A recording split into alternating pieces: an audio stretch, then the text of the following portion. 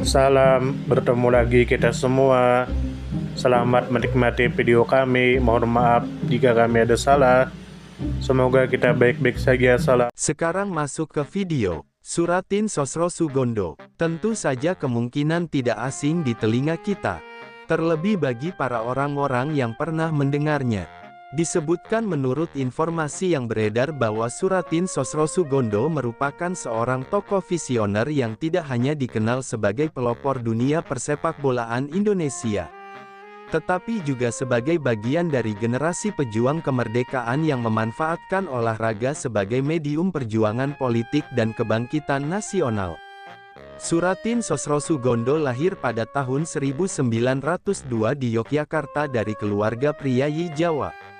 Suratin Sosro Sugondo menempuh pendidikan tinggi di luar negeri, dan berhasil menamatkan pendidikan teknik sipil di Eropa. Kemudian menurut informasi yang beredar bahwa setelah kembali ke Hindia Belanda pada tahun 1928, Suratin Sosro Sugondo bekerja di sebuah perusahaan konstruksi milik Belanda yang terlibat dalam proyek-proyek pembangunan infrastruktur. Karena rasa nasionalismenya yang tinggi dan adanya pertentangan nilai, Suratin Sosro Sugondo memutuskan keluar dari perusahaan tersebut. Keputusan ini menandai pergeseran orientasi hidup Suratin Sosro Sugondo dari profesi teknik menuju pengabdian pada perjuangan nasional. Kemudian menurut informasi yang beredar bahwa pada masa itu, dunia sepak bola Hindia Belanda dikuasai oleh organisasi yang bersifat eksklusif dan diskriminatif terhadap masyarakat pribumi. Melihat realitas tersebut, Suratin Sosro Sugondo menggagas lahirnya sebuah organisasi sepak bola nasional yang inklusif dan menjunjung tinggi identitas bangsa Indonesia. Gagasan tersebut diwujudkan dalam kongres yang diselenggarakan di Yogyakarta pada tanggal 19 April tahun 1930, yang menghasilkan pendirian Persatuan Sepak Bola Seluruh Indonesia. Dalam kongres tersebut, Suratin Sosro Sugondo terpilih sebagai ketua umum pertama organisasi tersebut. Kemudian menurut informasi yang beredar bahwa kepemimpinan Suratin Sosro Sugondo dalam Persatuan Sepak Bola Seluruh Indonesia tidak semata-mata tentang olahraga. Di balik aktivitas kompetisi antar klub, terdapat semangat perjuangan politik dan penyebaran nasionalisme. Suratin Sosro Sugondo memanfaatkan sepak bola sebagai sarana diplomasi dan mobilisasi massa, serta mempererat jaringan pergerakan nasional. Organisasi tersebut menjadi tempat bernaungnya klub-klub pribumi dari berbagai daerah, seperti Jakarta, Solo, Surabaya, dan lainnya. Klub-klub tersebut berperan penting dalam menyebarkan semangat kebangsaan di kalangan pemuda. Kemudian menurut informasi yang beredar bahwa sepanjang dekade 1930-an hingga menjelang kemerdekaan Indonesia, Persatuan Sepak Bola Seluruh Indonesia secara konsisten menolak bergabung dengan organisasi sepak bola kolonial, dan terus memperjuangkan identitas nasional melalui olahraga. Perjuangan ini memberikan kontribusi nyata dalam melawan dominasi kolonial di ruang publik, serta menyebarluaskan semangat nasionalisme. Kemudian menurut informasi yang beredar bahwa selain aktif dalam bidang olahraga, Suratin Sosro Sugondo juga terlibat dalam kegiatan sosial dan kebudayaan, serta menjalin hubungan erat dengan tokoh-tokoh pergerakan nasional. Meskipun tidak berada di garis depan politik formal, Suratin Sosro Sugondo memberikan kontribusi penting melalui jalur pemuda dan budaya. Peranannya menjadikan olahraga sebagai alat perjuangan bangsa, menempatkan Suratin Sosro Sugondo dalam posisi strategis sebagai jembatan antara dunia olahraga dan dunia kebangsaan.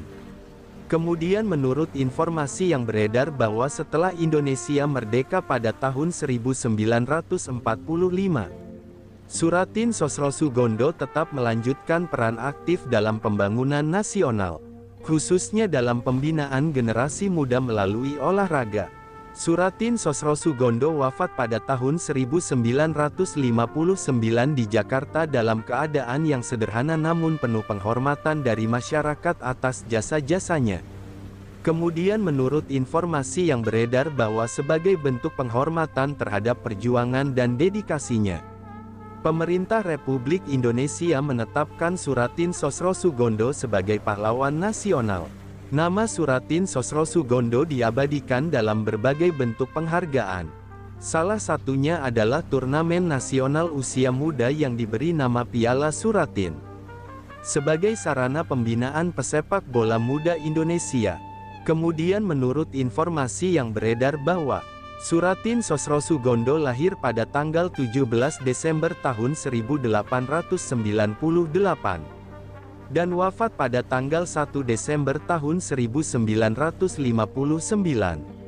Sosok ini dikenal sebagai seorang insinyur sipil dan administrator sepak bola Indonesia yang memainkan peranan penting dalam sejarah olahraga dan nasionalisme bangsa. Soeratin Sosrosoegondo adalah Ketua Umum pertama Persatuan Sepak Raga Seluruh Indonesia, dan menjabat selama 11 periode berturut-turut dari tahun 1930 hingga tahun 1940. Soeratin Sosrosoegondo berasal dari kalangan terpelajar. Ayahnya bernama Raden Susrosoegondo, seorang guru pada sekolah guru Quick School dan penulis buku bausastra bahasa Jawi. Istri Soeratin Sosrosoegondo bernama Raden Ayu Sri Wulan, yang merupakan adik kandung dari Dr. Sutomo, pendiri organisasi Pergerakan Nasional Budi Utomo. Dengan demikian, Soeratin Sosrosoegondo merupakan adik sepupu dari Dr. Sutomo, dan hubungan keluarga ini turut memengaruhi semangat nasionalisme dan pengabdiannya pada perjuangan bangsa. Setelah menyelesaikan pendidikan dasar dan menengah di Koningen Wilhelmina School di Batavia, Soeratin Sosrosoegondo melanjutkan pendidikan tinggi ke Eropa. Beliau diterima di Sekolah Teknik Tinggi di Hecklenburg, sebuah wilayah dekat Hamburg di Jerman, pada tahun 1920. Setelah menjalani studi selama 7 tahun, Soeratin Sosrosoegondo lulus sebagai insinyur sipil pada tahun 1927. Sekembalinya ke Indonesia pada tahun 1928, Soeratin Sosrosoegondo bekerja di sebuah perusahaan konstruksi terkemuka milik Belanda. Dalam perusahaan tersebut, Soeratin Sosrosoegondo turut terlibat dalam pembangunan infrastruktur seperti jembatan dan gedung di berbagai kota, termasuk di Tegal dan Bandung. Namun di tengah kesibukan profesionalnya, tumbuh semangat untuk membangun kesadaran kebangsaan melalui jalur non-politik, yaitu olahraga, dengan mengambil inspirasi dari gerakan Sumpah Pemuda tahun 1928. Soeratin Sosrosoegondo memandang olahraga, khususnya sepak bola, sebagai sarana untuk memupuk nasionalisme dan persatuan. Sebagaimana kakak sepupunya Dr. Sutomo yang berkeliling Pulau Jawa untuk menyadarkan pentingnya pendidikan dan mendirikan organisasi Budi Utomo, Soeratin Sosrosoegondo juga berkeliling ke berbagai kota seperti Solo, Yogyakarta, Magelang, Jakarta, dan Bandung. Tujuannya adalah untuk menghimpun tokoh-tokoh sepak bola pribumi dan mendiskusikan pendirian organisasi nasional sepak bola. Pertemuan-pertemuan ini dilakukan secara sembunyi-sembunyi guna menghindari pengawasan dan sergapan dari kepolisian intelijen Belanda. Pada tanggal 19 April tahun 1930, beberapa tokoh sepak bola dari berbagai kota berkumpul di Yogyakarta dan secara resmi mendirikan organisasi yang dinamakan Persatuan Sepak Raga Seluruh Indonesia. Dalam perkembangan selanjutnya, istilah sepak raga diganti menjadi sepak bola dalam kongres organisasi tersebut yang diselenggarakan di Solo pada tahun 1950.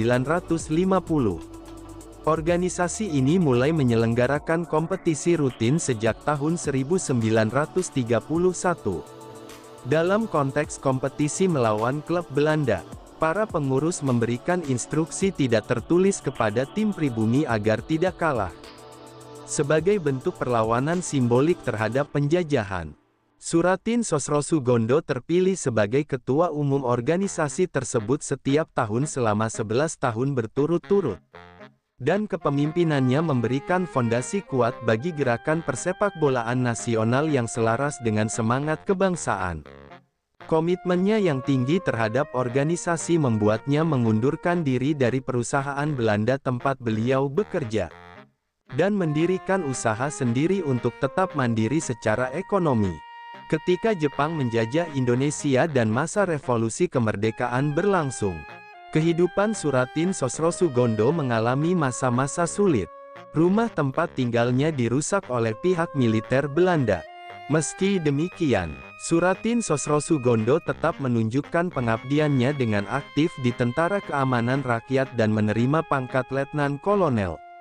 Setelah penyerahan kedaulatan oleh Belanda kepada Republik Indonesia, Suratin Sosrosoegondo dipercaya menjadi salah seorang pemimpin jawatan kereta api, instansi yang memegang peranan penting dalam transportasi dan logistik nasional pasca kemerdekaan. Atas jasanya yang sangat besar dalam sejarah persepakbolaan Indonesia, namanya diabadikan dalam sebuah trofi nasional, yaitu Piala Suratin, yang diperebutkan dalam kompetisi sepak bola junior tingkat nasional. Piala ini menjadi simbol penghargaan dan kenangan atas peran Suratin Sosrosoegondo dalam memperjuangkan eksistensi sepak bola sebagai bagian dari pergerakan nasional. Pada masa tuanya, Suratin Sosrosoegondo hidup dalam kondisi ekonomi yang memprihatinkan. Namun warisan perjuangannya tetap abadi dalam sejarah olahraga dan nasionalisme Indonesia. Suratin Sosrosoegondo meninggal dunia pada tanggal 1 Desember tahun 1959, dan dikenang sebagai tokoh pelopor yang menjadikan sepak bola sebagai media perlawanan dan pemersatu bangsa. Sumber referensi Google Chrome dan ChatGPT+. Di balik kemajuan suatu bangsa, tentu kita tahu akan ada selalu sosok-sosok yang memberikan pengaruh besar, meski sering tak terlihat. Mereka bukan hanya terkenal karena jabatan, tetapi karena dedikasi dan ketulusan dalam bertindak. Tokoh atau figur seperti itu tentu kita tahu lahir dari berbagai latar belakang. Ada yang berasal dari desa kecil, dan ada pula yang tumbuh di tengah kota yang ramai. Tentu kita tahu bahwa tokoh bukan hanya soal ketenaran. Tokoh adalah tentang peran.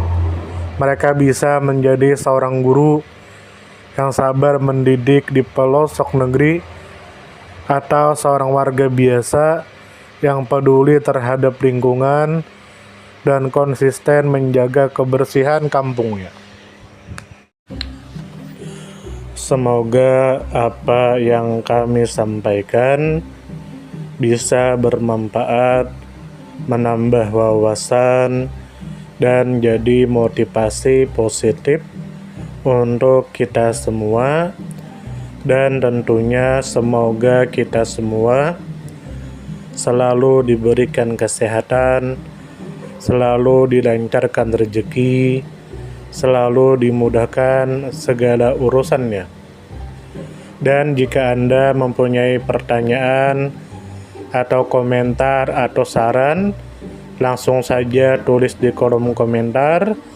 Kami sangat terbuka buat masukan yang membangun supaya kedepannya bisa lebih baik lagi.